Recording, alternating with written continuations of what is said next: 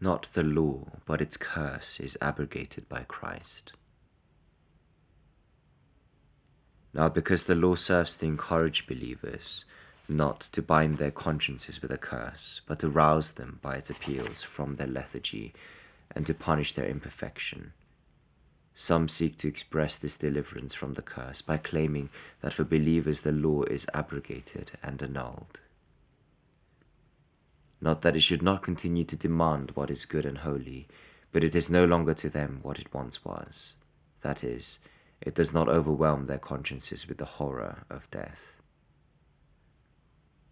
Paul, it is true, clearly teaches such abrogation of the law.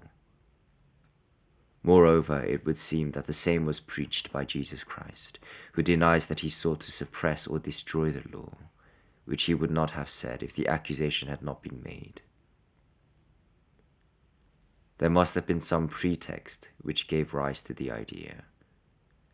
In all probability, it can be traced to a misinterpretation of his teaching, just as every error more or less has its origin in the truth.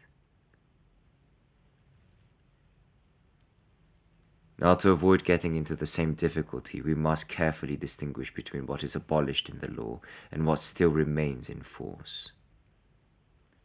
In saying that he had not come to abolish the law but to fulfill it, and that not one letter of it would pass away as long as heaven and earth endured, and until all that was written in it was accomplished, the Lord Jesus makes clear that by his advent the reverence and obedience which we owe the law are not at all diminished.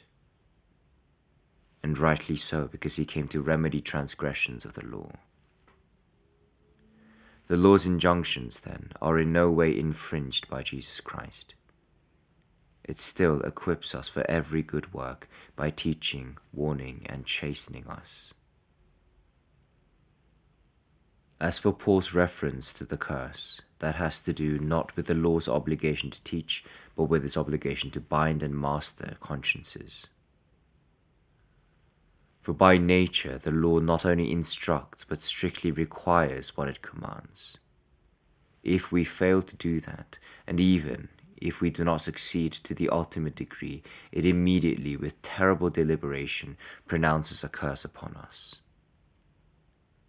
Hence the Apostle says that all who are under the law are accursed, for it is written, "Cursed are all who do not fulfill all that is commanded." He goes on to say that all are under the law who do not base their righteousness on the forgiveness of sins, which frees us from the law's severity. We must, therefore, escape from its bonds if we do not want to perish miserably in captivity. What are these bonds? They are the remorseless demands with which it assails us, pardoning nothing and leaving not a single fault unpunished.